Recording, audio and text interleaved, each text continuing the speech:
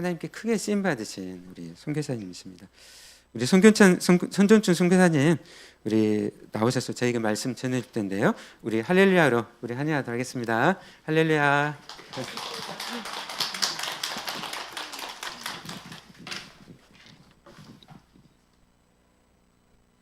할렐루야. 목사님께서 말씀하신 것처럼 2017년에 카메룬에서 목사님과 사모님 또 주한이가 그때는 초등학생이었죠. 뵌 적이 있고 그대로 분이엘 교회 이렇게 사역하실 때 한 몇 년 전에 와서 한번 여러분에게 선교 보고를 드린 적이 있습니다. 먼저 선교 보고를 통해서 또 하나님 말씀을 나누면서 은혜 나누게 하신 하나님께 감사드리고 여러분 반갑습니다. 저는 콩고 민주공화국 아까 주한이가 대답했나요? 주한이가 대답했던 것처럼 아프리카 54개 국가가 있는데 그 중에서 알제리가 제일 큰 나라고 두 번째로 큰 나라가 콩고 민주공화국이고 넓이는 우리나라 국토의 남북한의 11배, 남한의 23배 정도 되고 인구는 1억 2천인데 계속 세계에서 인구 증가율이 가장 높습니다. 제가 사역했던 수도 킨샤사 인구가 제가 2000년에 갔을 때 한 850만에서 1000만 이렇게 말했는데 지금 작년에 구글에서 공식 발표한 게 1750만, 보통 한 2000만 정도 된다. 어떻든 한 20년 만에 인구가 배로 늘어날 정도로, 그래서 소망이 가장 넘치는 소망이 있는 나라입니다.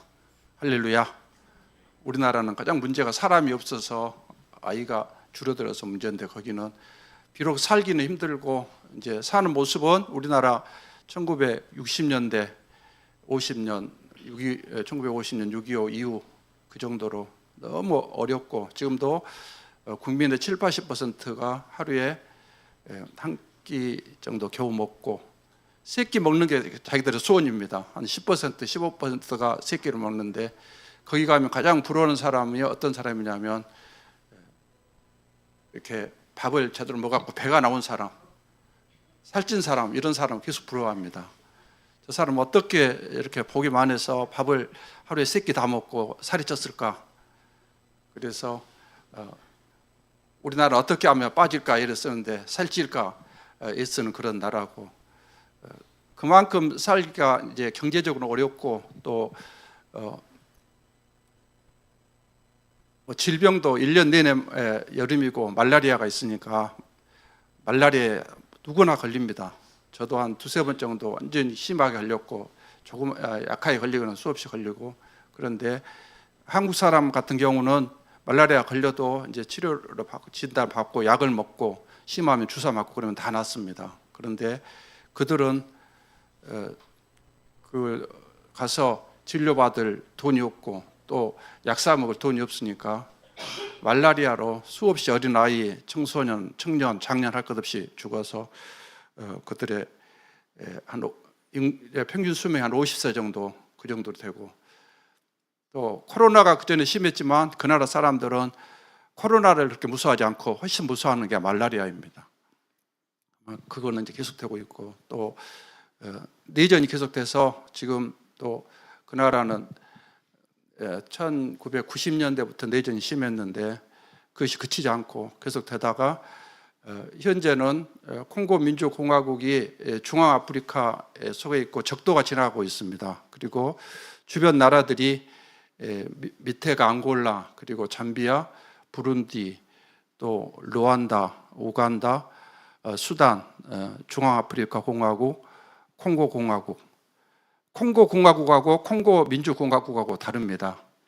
1997년에 독립을 했는데 그때까지는 독립이 아니라 전쟁이 일어나가지고 정권이 교체됐는데 그때 그 전까지는 자이르, 옛날에는 자이르라고 했는데 여러분은 잘 모르겠지요. 그 나라를 이제 정권이 바뀌면서 콩고 공화국이 있고 그 콩고 강이 엄청 세계에서 몇 번째로 긴 강이고 큰 강입니다. 콩고를 이렇게 동쪽에서 서쪽까지 흐르고 있는데 한 4,300km 길이가 됩니다. 그 강 중심으로 그 나라들이 형성됐기 때문에, 옛날에는 콩고 왕국 그렇게 했기 때문에 그 콩고강 바로 위쪽에가 콩고 공화국이 있고, 그 밑에 자유리였는데 이제 정권이 바뀌면서 콩고 공화국이 있으니까 구별하기 위해서 민주란 말을 넣어서 콩고 민주공화국, 보통 지금 민주콩고 이렇게 부르고 있습니다. 그리고 바로 그 위쪽에는 가봉 이런 나라가 있습니다. 가봉은 어떻게 유명한지 알지요? 수바이처 박사가 그곳에 가서 이제 의사였는데, 의사 또 신학 박사 또 음악 박사 이렇게 선교를 위해서 그런 준비를 하셔가지고 그곳에 가서 교회 사역을 하고 그렇게 했던 곳, 지금도 그곳에 병원이 있고 그런 유명한 곳입니다. 이 시간에는 제가 목사님 아까 은퇴했단 말씀 안 했죠? 25년 사역을 하다 보니까 제가 콩고에 간 지가 25년, 그때 만으로 45살이었습니다. 그 전까지는 여러분이 다양하게 지금 공부를 하고 청년들이 주로 많은데, 또 앞에 비전을 이뤄가듯이 저는 예수님을 대학 1학년 때, 목포 교대 1학년 때 이제 CCC를 통해서 사형리 전도를 받고 예수님을 영접했습니다. 그 뒤로 신앙 훈련 계속 받으면서 이제 인생의 방향, 목표가 바로 전도하는 것, 사람 영혼을 살리는 것, 그리고 그 길만이 가장 귀한 길이고 또 인생의 최종 목표다. 그거를 성경을 통해서 공부를 하면서 발견하고 글에 쓰다가 그 일을 하면서 이제 하나님의 기회에 다양하게 살고 이제 교대를 나왔으니까 교사를 하면서 또 그곳에서 아이들에게 복음을 전하고 또 교회 봉사하고 그런 길도 있고, 그런데 또 기회를 주시면 선교사로 가서 더 하나님께 쓰임 받다가 봉사하다 가면 더 좋겠다 이런 마음도 있었는데, 그게 이루어져 가지고 17년간 교사를 하다 그만두고 40살이 됐을 때 신학을 가서 선교사 갈 준비를 하고, 우리 나이로 46살, 만으로 45살 때 콩고에 가서 이제 25년 사역을 하고 나니까 올해 몇 세입니까? 70세. 제가 1954년생이니까 70세가 됐죠.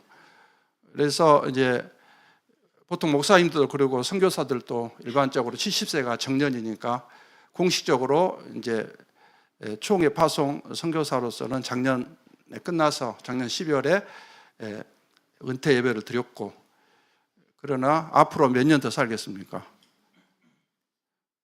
모르죠. 하나님 아시죠.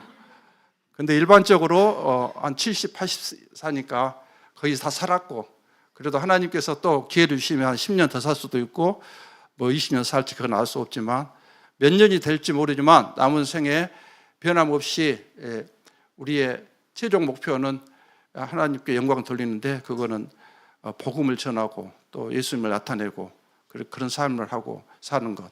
오늘 설교 제목이 복음 사역자 이렇게 하는 것처럼 복음 사역자의 삶, 사람들에게 한 사람 한 사람 복음을 전해서 그들이 예수님 만나게 하고, 또 예수님을 만났으면 말씀으로 양육을 해서 그들이 장성한 그리스도인, 참 복음 사역자, 예수님의 제자의 삶을 살 수 있도록 돕는 일, 그 일을 하다가 이제 하나님 부르시면 이제 천국에 입성하는 것, 그게 기도 제목이고 그 일을 생각하면서 준비하고 또 기도하고 있습니다.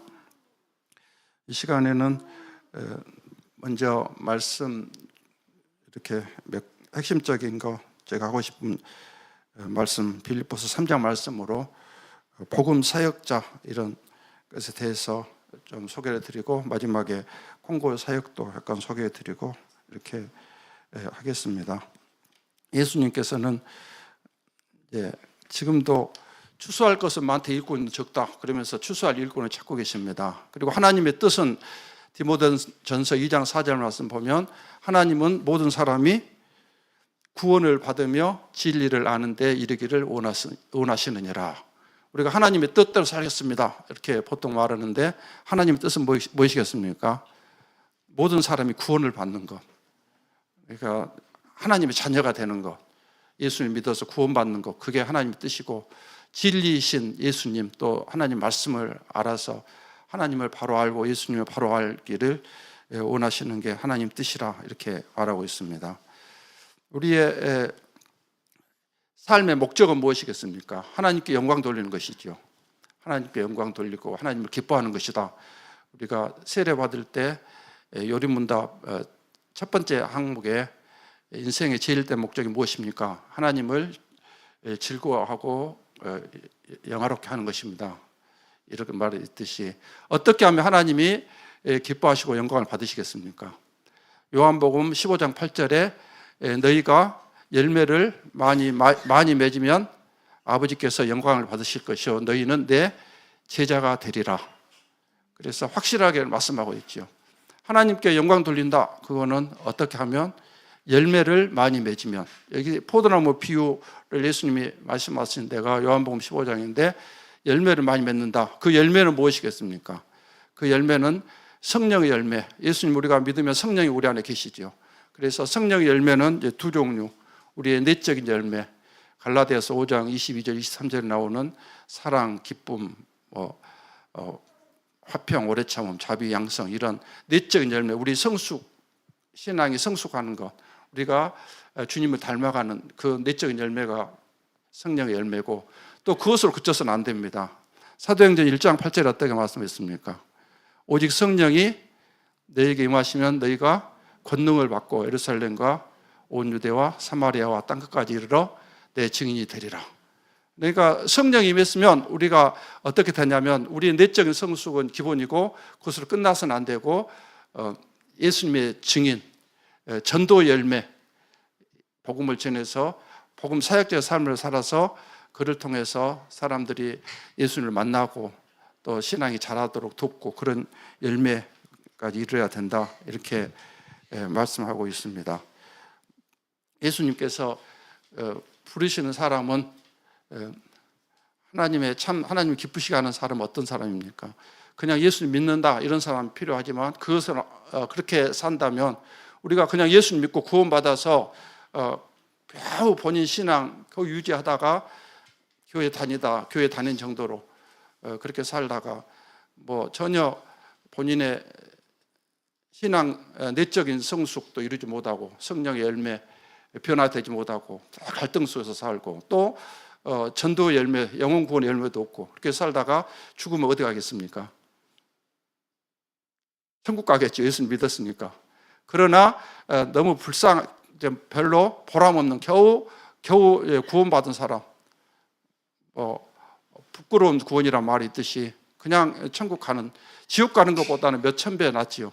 그러나 그것에 우리의 목표가 되어서는 안 되고, 참 예수님을 사랑하고 참 믿음의 사람은 예수님의 제자, 하나님께 영광 돌리는 삶, 예수님의 제자의 삶.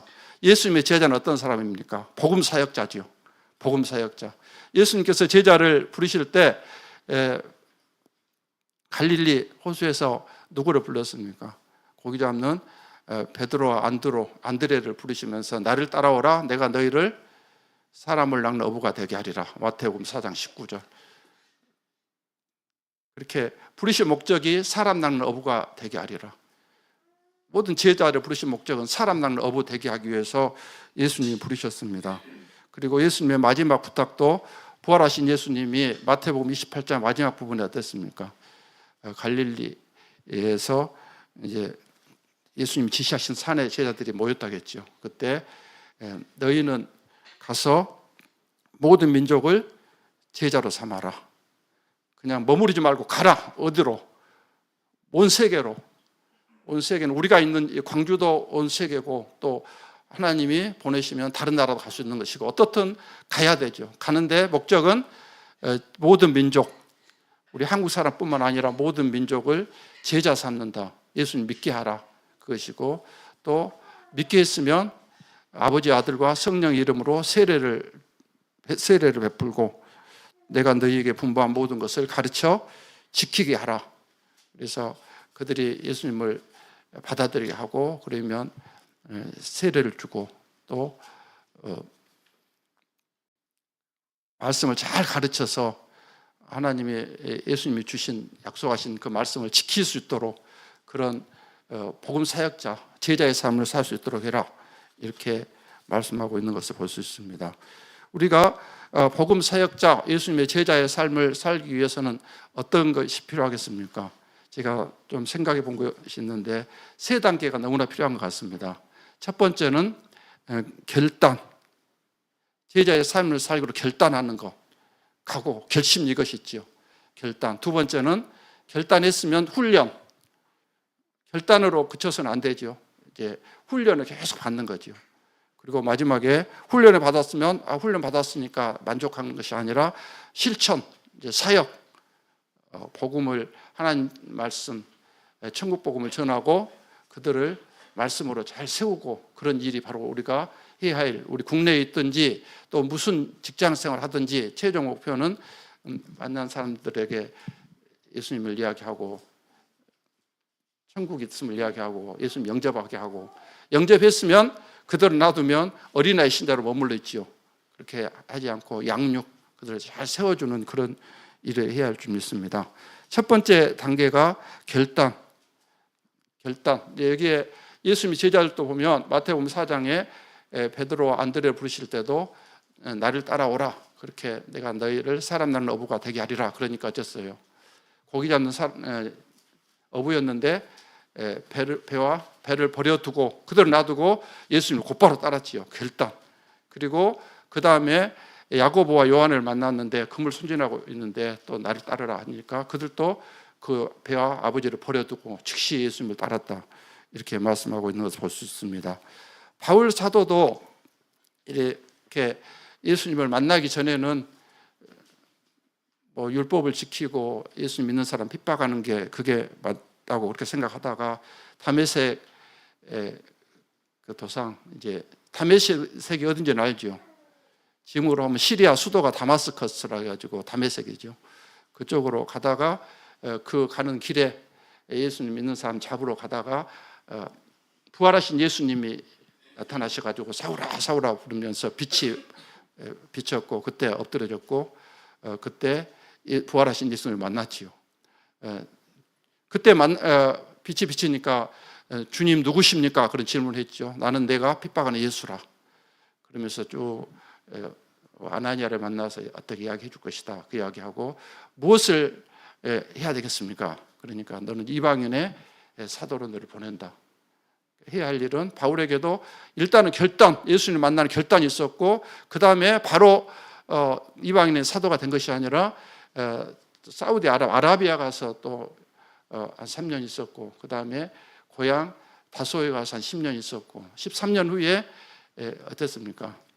이제 안디옥의 예루살렘 교회에서 이제 복음이 전해지다가 안디옥까지 확장돼서 안디옥에 믿는 사람이 많이 생기니까 예루살렘 교회에서 바나바를 파송했고 바나바가 본인 혼자 사역은 힘들죠. 팀 사역을 해야 되니까 그때 다소에 가서 바울을 데리고 와서 함께 1년을 사역을 했고 안디옥 교회가 리더들이 많이 세워지고 그렇게 되니까 거기에 파송을 받고 바나바와 바울이 이제 선교사로 파송받았던 거, 이것을 볼 수 있습니다. 결단, 이렇게 필요한 것이고 결단을 했으면 그 다음에 어떤 결단을 해야 됩니까? 각오, 오늘 본문 말씀처럼 빌립보서 3장 13절 14절 앞에 있는 것을 잡으려고, 이제 뒤에 있는 것은 잊어버리고 그 전에 했던 것 그거 내이지 말고 잊어버리고 앞에 있는 것을 잡으려고 표대를 향하여 그리스도 예수 안에서 하나님이 위에서 부르신 부름의 상을 위하여 달려가노라. 여기에 빌립보서 3장 12절에도 보면 달려간다. 그러니까 우리의 하나님이 주신 목표, 소명, 콜링이라고도 하지요. 소명이 확실하면, 사명이 확실하면 달려가야 되지요. 그런 삶을 살았던 것을 볼 수 있습니다. 저 경우도 이제 태어난 곳은 화순군인데 화순군 춘향면에서 태어나서 중고등학교를, 초등학교는 그 춘향 국민학교, 그때는 국민학교라고 했죠. 그거 다녔고 중고등학교로 광주에 다녔는데 그때까지는 전혀 교회를 한 번도 다녀본 적이 없고 예수님에 대해서 들어본 적이 없습니다. 그 이유는 고향 그 시골 마을에 교회도 없었고 또 광주에서 중고등학교 다닐 때도 교회 다니는 친구들은 몇 명 있었는데 전도한 사람 없었습니다.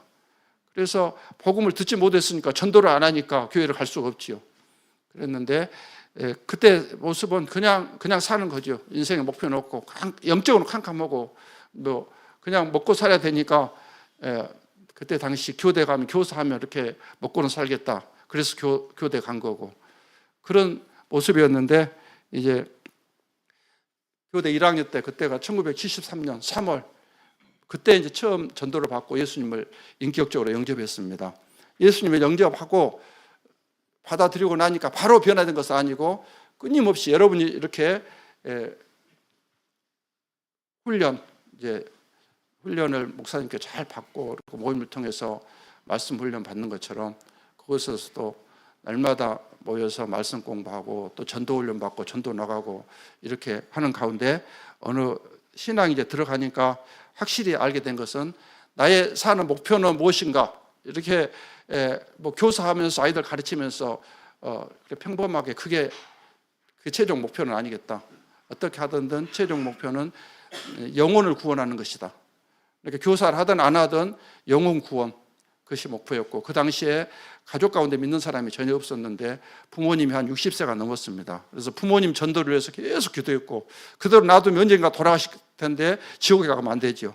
그래서 한 10여 년 이상 계속 전도하고 그랬는데 하나님께서 은혜를 주셔가지고 한 10년 후에 어머님이 예수님 영접했고 2년 후에 아버님 영접했고 그 화순의 시골 교회 면 소지가 한 4km 되는데 거기를 돌아가실 때까지 한 20년 정도 신앙생활을 열심히 하시다가 천국에 가셨습니다. 어떻든 우리가 중요한 것은 결단. 그래서 예수님 믿기로 결단하면서 또 말씀 가운데 어떤 결단이 저에게 와 닿았냐면 사도행전 20장 24절 바울 사도가 이렇게 3차 전도 여행을 끝나고 예루살렘으로 올라가지요. 그 목표는 그거를 통해서 이제 로마까지 가야 되겠다. 복음을 세계에 확산시켜야 되겠다. 그런 목표가 있었을 것이고 그러나 예루살렘에 가면 그 사람들이 바울을 기다리고 있고 잡아 죽일 것이다. 이제 너는 쭉 가면 안 된다. 사람들이 다 만류를 했지만 어떻게 말합니까? 사도행전 20장 24절에 나는 내가 달려갈 길과 주 예수께 받은 사명 곧 하나님의 은혜의 복음을 증언하는 일을 마치려 하면은 나의 생명조차 조금도 귀한 것으로 여기지 아니하노라. 그래서 복음 전도를 위해서는 나의 생명도 다 죽는 것은 문제가 아니다. 어떻든 하나님의 뜻이 복음 전하는 것이고 또 하나님께서 주신 것은 그게 세계에 복음이 확산되려면 온 땅끝까지 복음이 확산되는 것이 하나님의 뜻인데 그러려면 그 당시 세계 수도였던 로마까지 가는 게 하나님의 뜻이다. 거기서 가서 복음 전하다가 하나님 부르시면 가야 된다. 이런 목표. 그 말씀이 저에게 닿아가지고 그때부터 1973년 그때부터 저의 말씀 항상 붙들고 여러 말씀 있지만 이 말씀을 핵심적으로 붙들고 1990년대에는 무엇이 나왔겠습니까? 전화 가운데 휴대폰은 그때는 없었고 삐삐란 것이 있었어요. 삐삐는 안 들어봤죠. 삐삐인데 삐삐의 제 전화번호는 2024. 그리고 지금 이제 휴대폰이 있죠. 모든 휴대폰의 전화번호는 뭐겠어요? 뒤에가 2024. 그리고 또 이메일도 콩고선 2024. 그리고 자동차를 작년에 와서 샀는데 자동차도 뒷번호가 2024 찾으려는데 10개 가운데 2024가 없고 5924가 있어서 5924.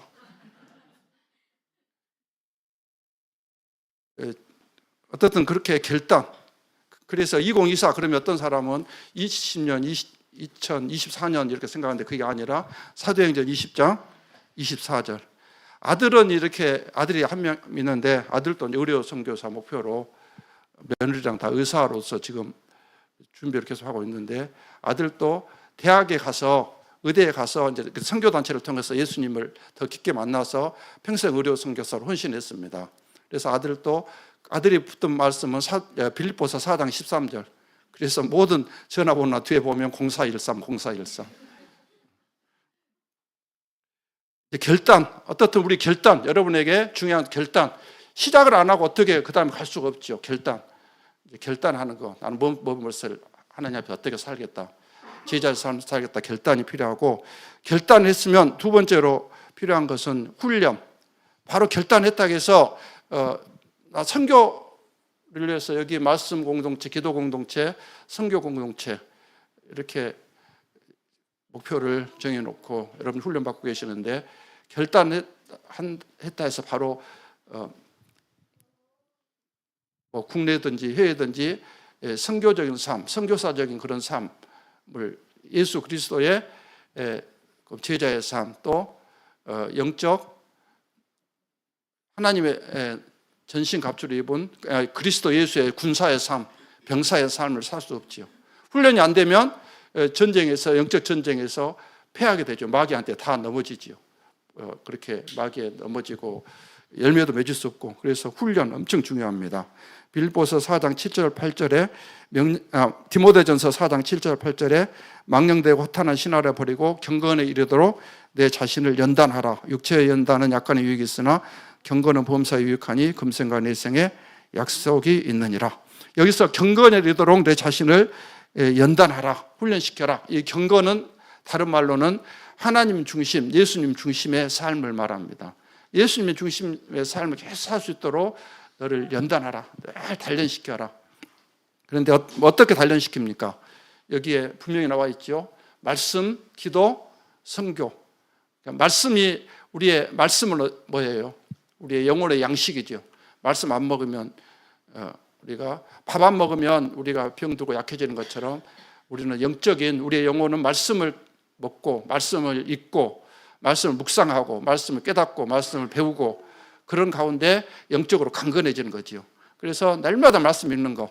그래서 저는 이렇게 그때 선교 단체부터 지금까지 쭉 오랫동안 가운데 지금 예수 믿은 지가 50년이 넘었는데, 이제 성경을 많이 듣고 알았죠. 그랬으니까 전에 많이 읽었으니까 오늘은 그냥 되겠다, 그게 아니에요. 전에 밥 많이 먹었으니까 오늘 안 먹은다 그러면 됩니까? 날마다 밥 먹지요. 그러듯이 날마다 말씀 읽어야 돼요. 그래서 기본적으로 말씀 읽는 게 통독과 묵상이 겸해야 돼요. 그래서 통독으로 보통 한 15장 정도로 통독을 하고, 또 묵상 큐티를 해야 돼요. 묵상 많이만 읽고 깊이 있게 묵상 안 하면 그게 흘러가 버리죠. 큐티를 또 통해서 말씀, 오늘 하나님 주신 말씀, 내가 붙잡은 말씀, 그리고 그거를 적용과 결단, 그리고 그 말씀에 의해서 살아가기 위해서 이렇게 애쓰는 거, 그런 말씀. 여러분이 그 훈련을 계속해야 돼요. 말씀을 계속 읽으면 그 시험에 안 들어요. 말씀을 계속 읽는 거, 이게 너무 중요하고, 말씀을 또 읽되 그냥 많이만 읽는다 해서 된 것은 아니에요. 뜻을 모르고 읽으면 나에게 적용이 안 되죠. 소화가 안 되죠. 그래서 반드시 이렇게 교회에서 이런 모임에서 배워야 되죠. 바로 배우는 것. 두 번째는 밥을 많이 먹고 숨을 안 쉬면 어떻게 되겠어요? 죽지요. 숨은 계속 쉬어야 되지요. 하루에, 그래서 숨은 영혼의 호흡이 기도인데, 기도는 하루에 몇 분 해야 되겠어요?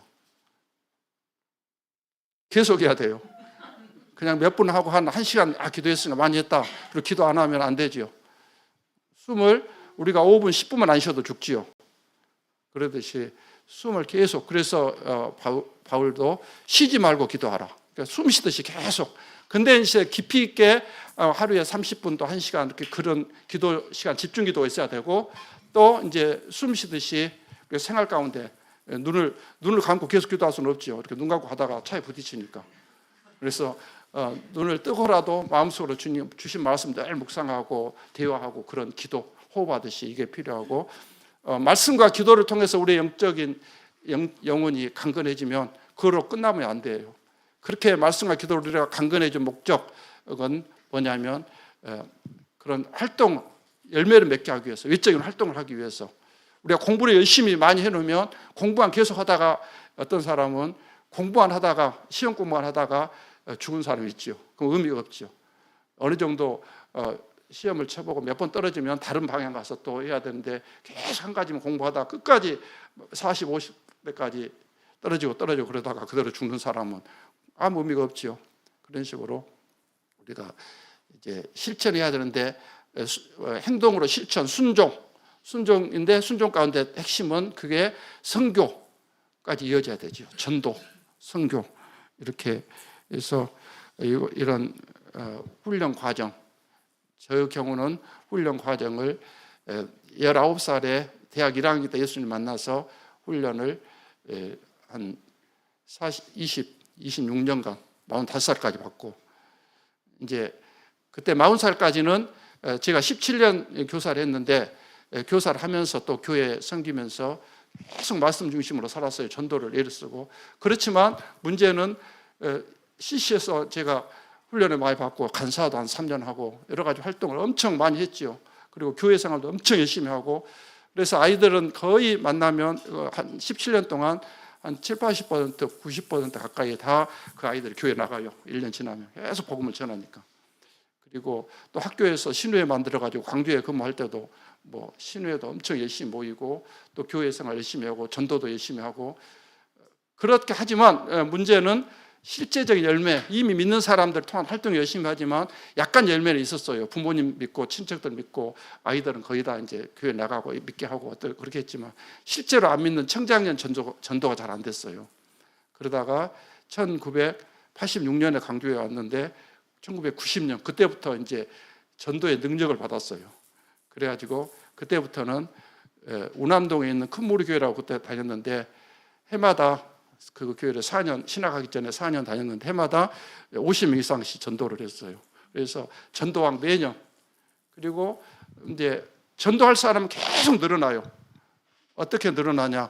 그냥 이제 어떤 사람은 주변에 믿는 친구들 또 다 우리 집안은 믿는 집안이니까 전도할 사람이 없다. 그거는 핑계고, 이제 하나님 앞에 전도를 위해서 계속 기도를 많이 하고, 새벽 기도 가서 그때부터 90년부터 한 1시간 반, 2시간 기도를 했는데 전도를 위해서만 기도했어요. 그날 만날 사람을 위해서.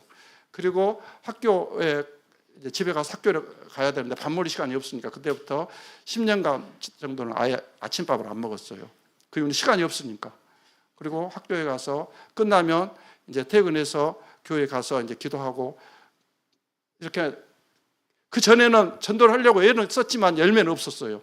근데 그렇게 집중 기도를 하면 성령 충만을 이렇게 체험을 하고 붙들림 바 되니까, 사도행전 2장 보면 어떻게 했습니까? 예루살렘 교회 성도들이 모이기를 힘쓰고 말씀을 듣고 교제하고 떡을 떼며, 또 그때 하나님 사람들이 아는 사람이 그들을 두려워하고 주께서 구원받는 사람의 수를 날마다 더하게 하시니라.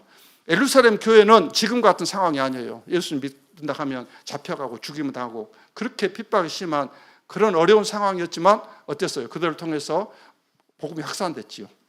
그거 보면 지금 환경 탓할 것이 아니라 지금은 아파트 문 닫아주고 사람들이 안 만나준다. 그건 핑계고 어떻든 만날 수 있어요. 우리 사람들을 만나니까. 본인이 준비되면 성령에 충만하고 예수 그리스도에 사로잡힌 복음 사역자가 되면 얼마든지 사람 만나고 전도가 돼요. 그래가지고 한 사람이 되면 또 이제 그렇게 예수님을 영접시키고, 또 영접 안 하면 또 놔두고, 그렇게 해서 한 사람 하면 그대로 또 두 번째 단계인데, 전도만 하고 교회 출석시키는 거 끝나는 게 아니라 양육을 해야 돼요. 그래서 이제 최소한 전도 한 사람은 일주일에 한 번, 어떤 사람은 날마다, 사람마다 다르죠. 그렇게 그들 양육을 하다 보면 보통 밤 10시, 11시까지 이제 다녀요. 그때 학교에 근무하면서. 그러다 보면 또 전도 대상자는 계속 늘어요. 그 가족들, 또 자녀, 이웃들 만나는 사람 계속 만나게 되겠죠. 그래서 예수님 믿느냐 물어보고 영접시키고, 영접 안 한다고 하면 또 대상자를 놓고, 이런 삶. 이렇게 그렇게 하다가 이제 그때 하니까 전도처럼 쉬운 게 없어요. 근데 문제는 뭐예요? 전도가 그렇게 잘 되고 이제 한 20년, 17년 만에 이제 전도에 능력이, 실제 선교단체하고 그럴 때는 머리로는 알고 이렇게 성경적으로는 머리는 가득 찼는데 실제 열매는 약간 있었지만 많은 열매는 없었어요. 근데 그때부터 이렇게 잘 돼요. 그래서 그렇게 하는데 시간이 없죠. 그래서 이거는 시간을 온전히 들여서, 또 여기에 아이들은 제가 아니어도 가르칠 사람 많이 있고, 또 한국에서 전도하는 일도, 한국은 또 교회도 많고 전도하는 사람 많죠. 하나님이 기회를 주시면 이렇게 훈련이 됐으니까 선교지로 가서 복음을 전하다가 가면 더 좋겠다. 그래가지고 그런 결단을 하고, 그거를 이제 실험해 보기 위해서 1990년부터 필리핀, 대만, 일본 방학을 이용해서 단기 선교로 갔어요.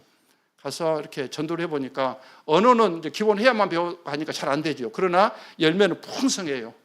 그래서 바로 전도는 이렇게 언어로 하는 것이 아니라 성령으로 하는 것이구나. 예수 이야기만 해도 핵심 복음 핵심만 해도 이렇게 받아들이고 이렇게 하는 것을 보면서 결단을 하고 이제 40살이 되니까 어때야 되겠습니까? 그만둬야 되겠죠. 그래서 학교를 17년, 집사람은 20년을 채우라고 이제 지금까지도 말하고 있는데 20년을 채워야 그 연금을 받는다. 그러니까 3년만 더 하라. 처음에는 이제 신학하지 말아야겠다가 선교사하지 말아야겠다가 그렇게 했는데 결단했고 또 3년간 더 산다는 보장이 없지요. 그렇게 훈련하라고 하나님이 기회를 줬는데 그게 연금 받으려고 3년 더 하면 그게 하나님 뜻이 아니겠다. 그리고 그래서 그만두고 이제 신학을 졸업하고 갈 나라를 정하는데 나라는 이제 하나님 기도를 했어요.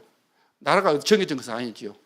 이렇게 세계 지도를 서재에 붙여놓고 거기다 표를 어떻게 썼냐면 추수할 것은 많되 추수할 일꾼이 필요한 세계 선교의 현장에 나를 보내줘서 이사야처럼 이사야 6장 8절 그 말씀처럼 그렇게 써놓고 계속 기도를 했는데 그때 1990년대에 초에 이제 90년에 우리나라 선교사로서 최초로 콩고 민주공화국으로 가신 분이 곽군용 선교사님이라는 분이 있는데 그분을 알게 됐고 그 콩고 상황을 들으면서 그때 또 내전이 일어나가지고 너무 힘들게 돼서 90년 초반, 90년, 91년 이때 선교사들이 거의 철수를 했고 또 외국인들이 뭐 회사를 하던 분들이 철수해가지고 너무 이제 살기가 더 어렵게 됐는데 그러나 그렇게 어렵고 가난하고 힘들게 되니까 오히려 마음을 열려가지고 복음을 잘 받아들이는데 추수할 곡식은 그렇게 널려 있는데 일꾼이 부족하다 이 말씀 듣고 이제 콩고로 가야 되겠다 이렇게 정했고 또 그것을 이제 파송교회에서 계속 기도하고 이렇게 하다가 어떻든 그 과정을 거쳐가지고 2000년에 이제 콩고 민주공화국 갔습니다. 할렐루야. 이제 마지막 사역 이제 12시가 됐으니까 몇 분 더 할까요? 10분간? 예, 10분간 마지막 10분 한다 해놓고 이야기해놓고 보다 보면 15분, 20분 될 수도 있어요. 그러면 여러분이 밥 먹을 시간이 없으면 밥 빨리 드시면 될 거니까. 예. 그 사역의 내용의 핵심은 뭐냐면 성경에서 다 찾아볼 수 있어요. 사도 바울이 사도행전 마지막 28장 30절 31절에 마지막 로마에 가서 어떻게 했습니까? 로마에 갔을 때 바울이 온 이태를 자기 셋집에 머물면서 자기에게 오는 사람을 다 영접하고 하나님의 나라를 전파하며 주 예수 그리스도에 관한 모든 것을 담대하게 거침없이 가르치더라. 그러니까 예수님께서도 마찬가지죠. 회개하라 천국이 가까웠다. 하나님 나라 천국 복음 전파했고 또 그들이 예수님을 받아들이면 그게로 끝난 것이 아니라 양육하는 거지요. 그래서 가르치는 거지요. 예, 하나님 말씀 가르치고 예수님 자신에 대해서 천국에 대해서 이렇게 하셨던 것처럼 바울이 했던 것도 마찬가지지요. 셋집에 머물면서 이제 그럴 때는 로마에 가서 죄수로 잡혀갔지만 감옥에 완전히 갇혀 있는 것이 아니라 아마 자택연금 비슷하게 그렇게 있으면서 셋집에 머물러 있으니까 그 소문을 듣고 사람들이 많이 오고 있었는데 오는 사람들을 다 영접했고 했던 일은 두 가지. 하나님 나라, 천국을 전파하고 또 두 번째는 주 예수 그리스도에 관한 모든 것을 가르치더라. 그래서 양육하는 거죠.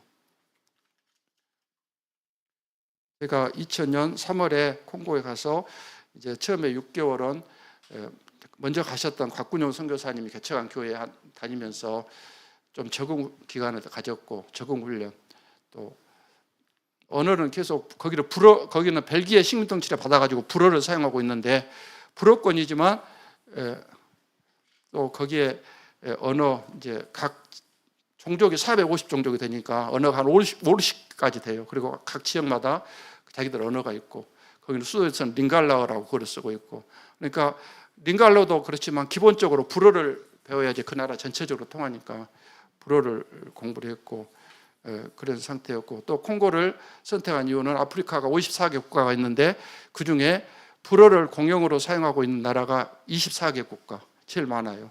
그리고 영어를 사용하고 있는 나라가 한 20개 국가 그 나머지는 뭐 포르투갈어, 스페인어 다양하게 또 아랍어 쓰는 나라도 있고 그런데 아프리카 54개 국가 특징이 적도가 콩고 민주공화국인데 그 중심으로 위쪽은 대부분 프랑스 식민 통치를 받은 나라들이 많고 불어를 사용하고 있는 나라들이 많습니다.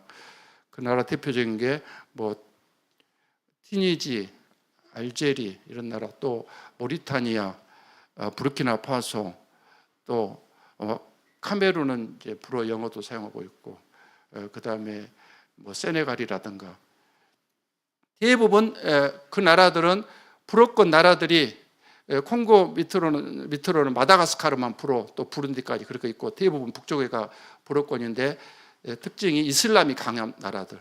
세네갈 같은 데는 99%가 이슬람이고 다른 나라들도 그렇게 이슬람이 강하고 아예 이슬람권으로 전적 이슬람권 이런 나라도 있고 또 복음을 전할 수 있고 섞여져 있는 나라가 있는데 콩고 민주공화국은 불어권이면서도 카톨릭이 한 50%, 개신교가 30%, 이슬람이 10% 정도 이렇게 돼서 기독교가 한 7, 80% 이렇게 돼요. 예수 이름 부르는 사람이.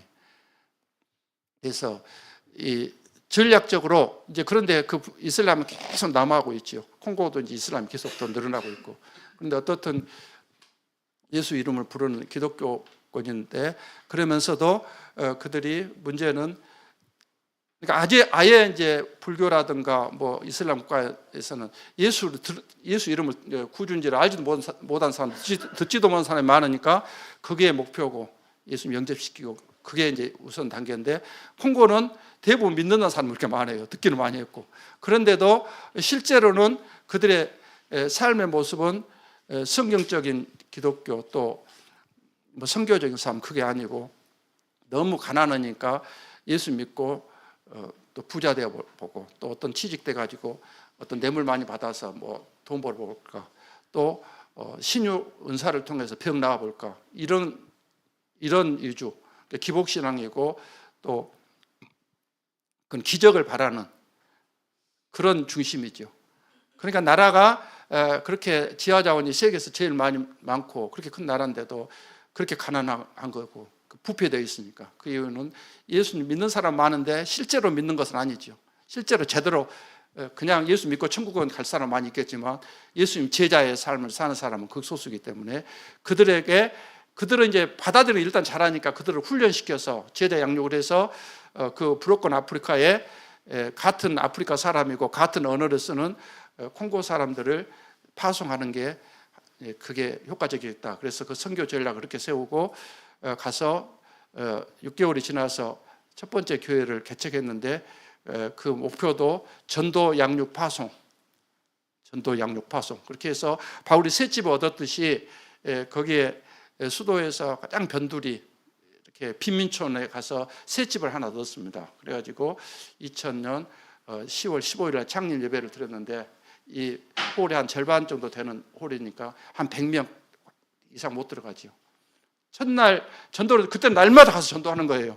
그래가지고 첫날 26명이 모였고 그 다음 둘째 주일에 62명, 3개월이 되니까 300명이 모였는데 여기 홀에는 100명밖에 못 들어가니까 200명은 양쪽 마당에 이렇게 모이고 그렇게 하면서 그런데 그들의 일단 모인 것으로 그치는 것이 아니라 핵심은 그들의 우리 그 양육 12개월, 3개월 양육 과정 또 그 다음 양육 과정 계속 양육을 하고 그 훈련을 끝난 사람에게만 이제 수료증을 주고 또 세례 안 받은 사람 세례 주고 이렇게 하면서 계속 핵조로 부흥되고 있고 그럴 때 선교를 하는데 이제 혼자 힘으로 된 것은 아니죠.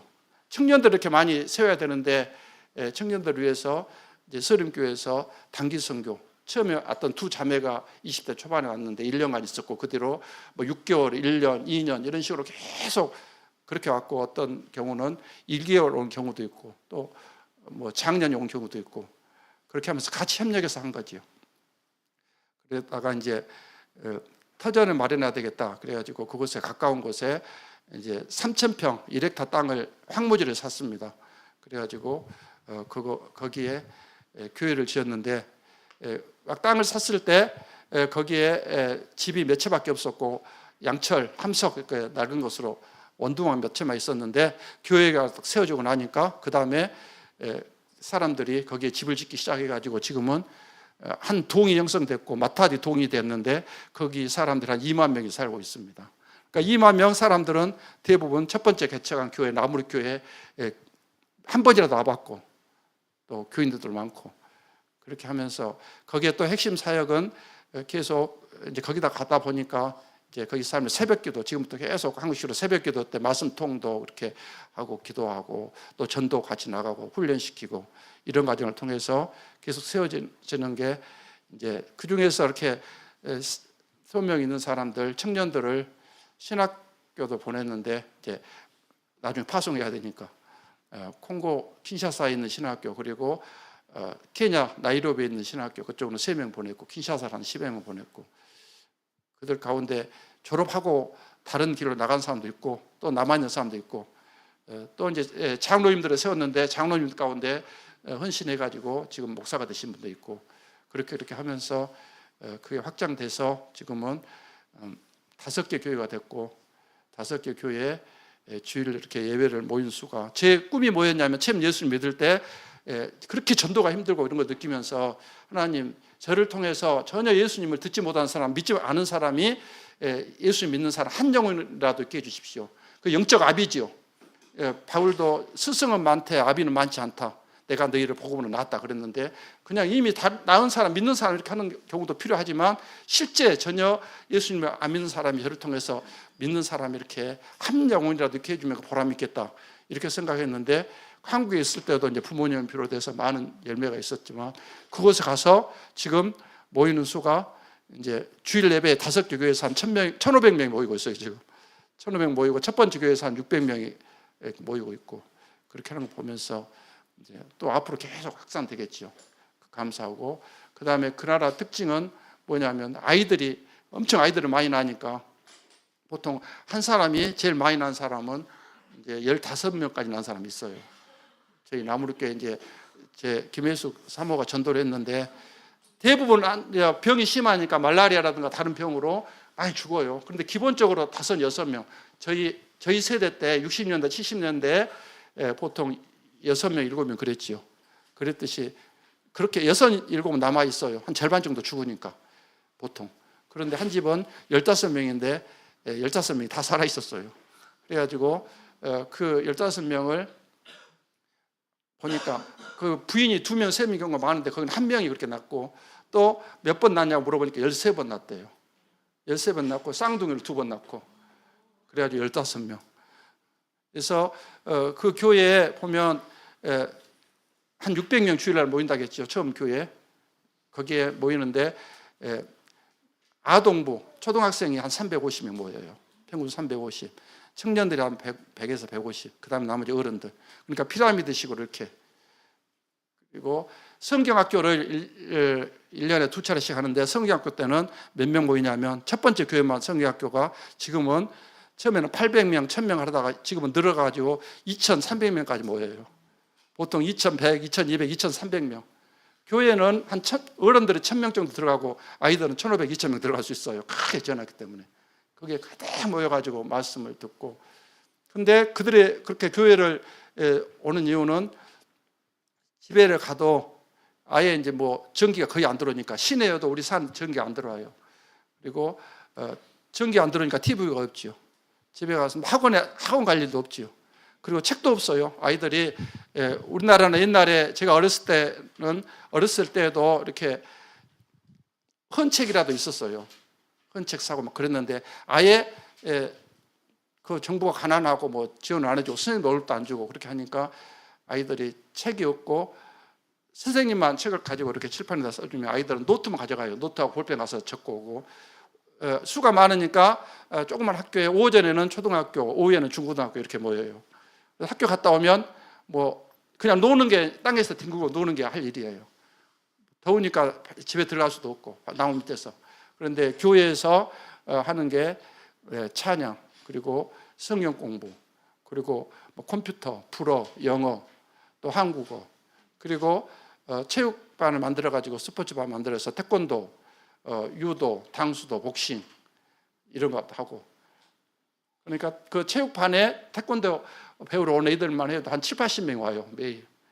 그래가지고 그렇게 처음에는 한국 태권도 사범이 오셔가지고 시작을 했는데 지금은 그 자체적으로 우리 사범들이 생겨가지고 이렇게 그런 교회 가는 것이 가장 재밌는 거죠.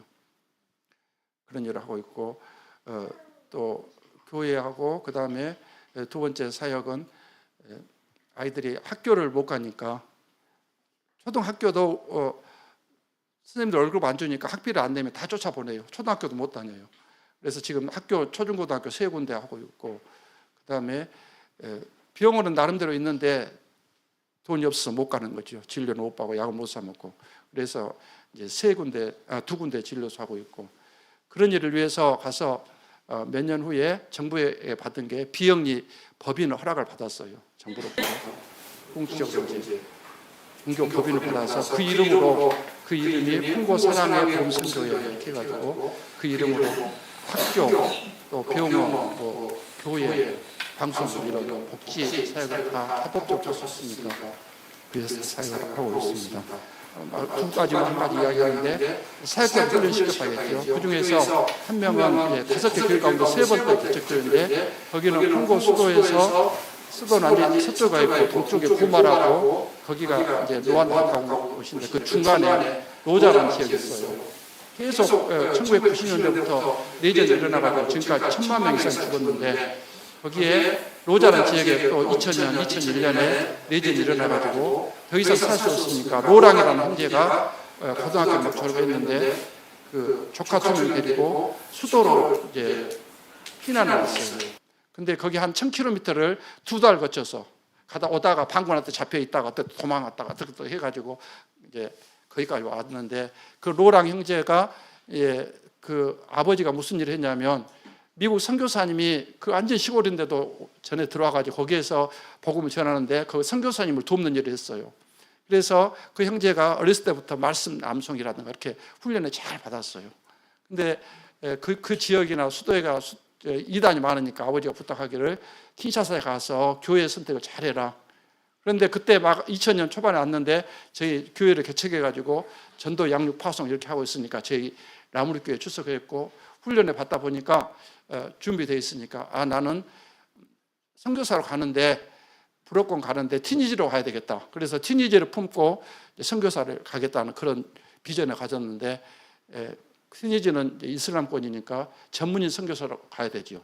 그래서 킨샤사 국립대학에 공중보건학 거기에 입학해가지고 거기서 6년간 공부를 했고 5년간 3년, 5년은 공부를 하고 또 티니지로 바로 갈 상황이 안 되고 그때 오히려 막히고 그렇게 하니까 또 그런 이슬람권이라도 장기 사역하려면 신학을 하고 가는 것이 좋다 그래가지고 또 3년간 신학을 했고 그래도 가기 힘드니까 결국은 로자 고향에 가서 거기에서 복음을 전하다가 하나님이 길을 열어주시면 이슬람권으로 올라가겠다. 그러면서 2013년 1월에 저하고 그 상황을 로랑의 희망가라 해가지고 아리랑 TV에서 이제 로랑을 주제로 이제 다큐를 만들었어요. 그 팀이 와가지고 같이 로자에 가서 이제 그때는 이제 교회 개척한다 아리랑 TV는 그런 내용은 안 쓰고 콩고의 한 청년이 한국 선교사를 만나가지고 다 새로운 눈을 뜨고 콩고에 대한 희망을 품고 이렇게 또 의료 사역을 하고 이런다 이런 식으로 그렇게 시나리오를 써가지고 거기에서 진료소 여는 이런 것도 막 사진도 찍고 여러분이 로랑의 희망가 찾아보면 거기에 지금도 있어요. 아리랑 TV에 로랑의 희망가. 그래가지고 2013년 2월에 교회 개척을 해가지고 하다 보니까 막 청년들이 모여들어요. 그런 복음의 말씀을 듣지 못하고 그러다가 진짜 말씀을 전하니까 거기에 이렇게 젊은이들이 모이는 교회가 되니까 그 이단이 그것도 심해가지고 그 이단에서 무엇을 했냐면 2013년 8월에 독국물을 먹였어요. 거기는 콩고 같은 데는 아프리카는 어떠냐면 콩고는 특히 이렇게 음료수 콜라를 엄청 좋아하는데 콜라를 병채에 마셔요 그대로. 그런데 자기 싫은 사람 있으면 거기에다 독약을 넣어가지고 딱 닫아서 주는 거죠. 그거 먹었고 그래서 지금도 식당에 가면 콩고 킨샤사 이런 데서는 바로 컵에다 음료수를 따라오지 않고 딱 병채 가져와서 보이는 데서 이렇게 병을 따서 이렇게 부어줘요. 그 이유는 독약이 안 넣었으니까 안심하고 마시라 이런 뜻이죠. 그래가지고 독약이 퍼져가지고 그게 해독이 제대로 안 되고 그래서 결국은 2014년 1월에 이제 천국에 갔는데 그때 갈 때 간호사는 이제 결혼해가지고 그 산모가 간호사였고 딸이 하나 있었고 죽은 이후로 또 아들이 하나 태어났고 그때 나이가 몇 살이냐면 34세, 1980년생이니까 33년 동안 준비를 잘 했어요.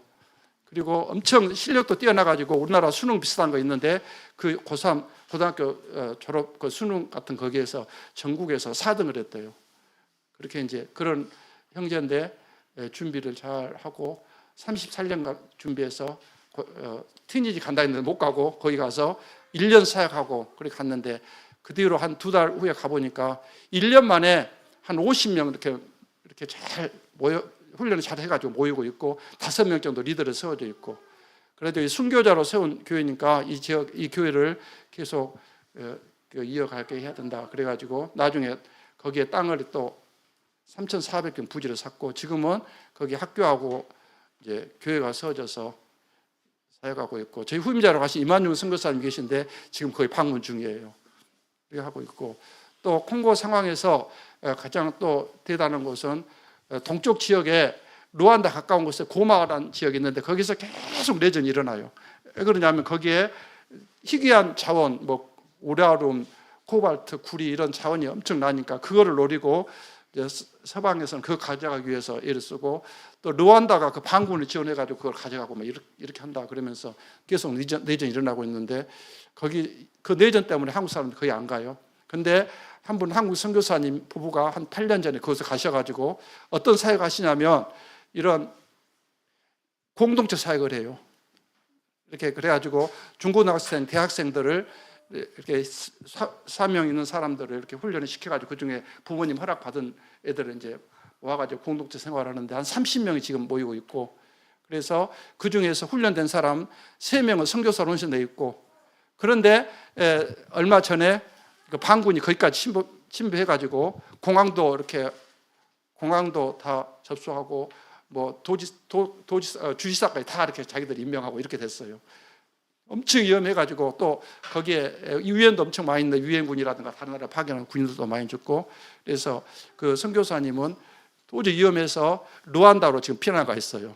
루안다 키갈리라고 수도에 피난가 있고 처음에는 전화도 안 되다가 전화되고 다행히 다 집으로 돌려보내고 30명 가운데 한 5명이 남겨뒀는데 그 피해는 안 당하고 그대로 지키고 있다는 소식 듣는데 언제 들어갈지도 모른다.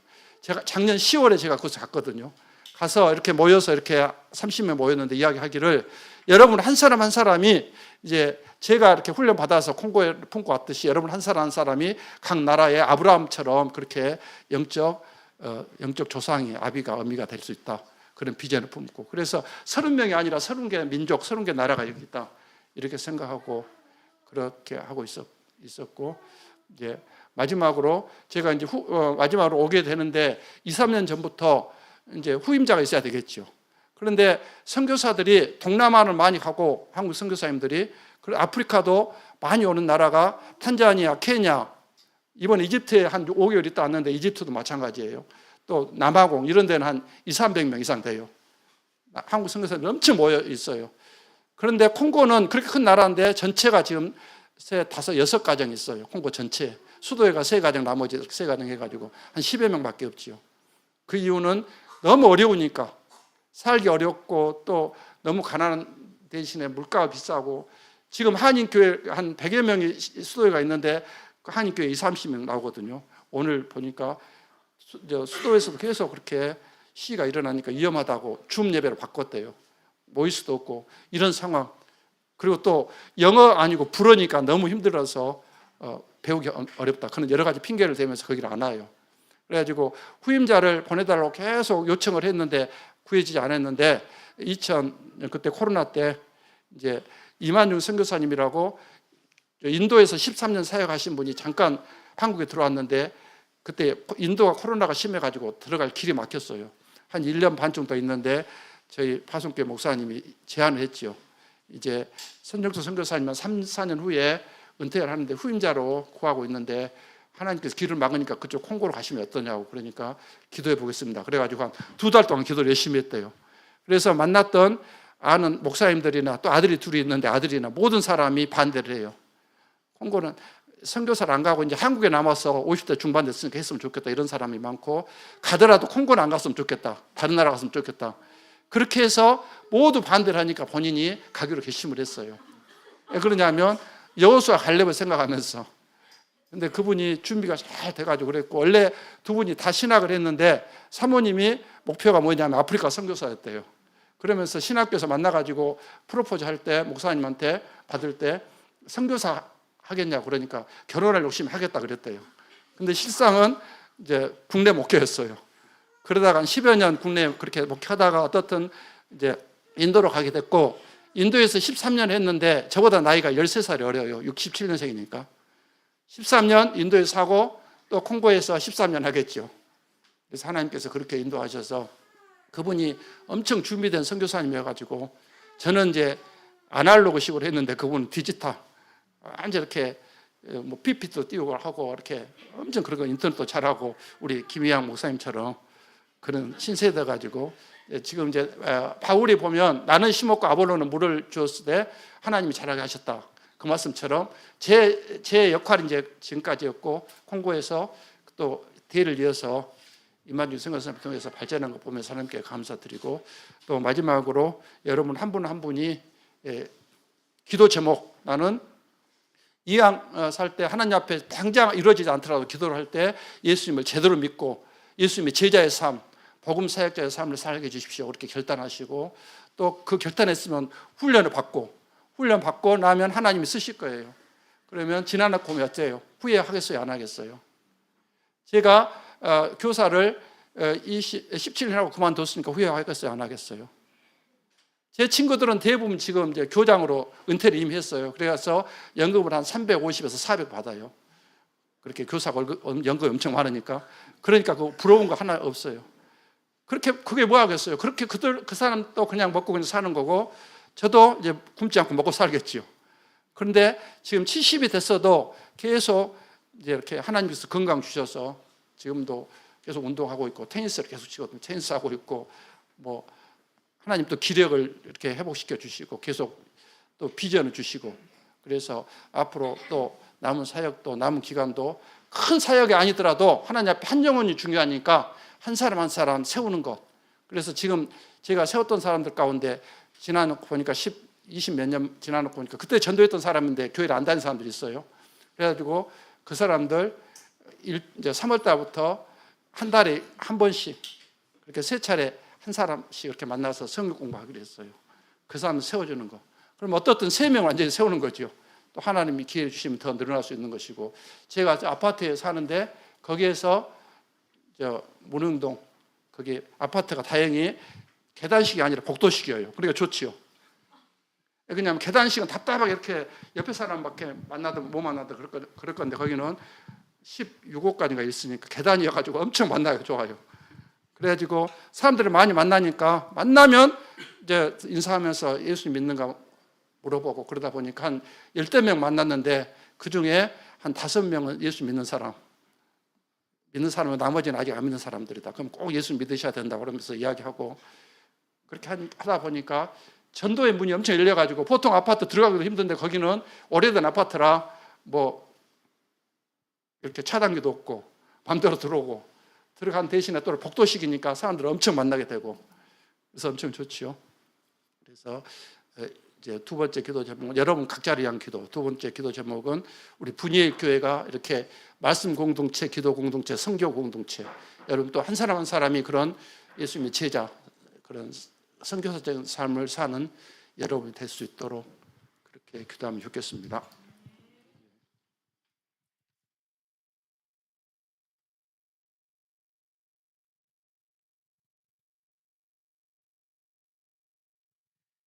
네, 선교사님 귀한 하나님 말씀 감사를 드립니다. 귀한 말씀과 또 간증과 선교 사역까지 정말 저에게 많은 또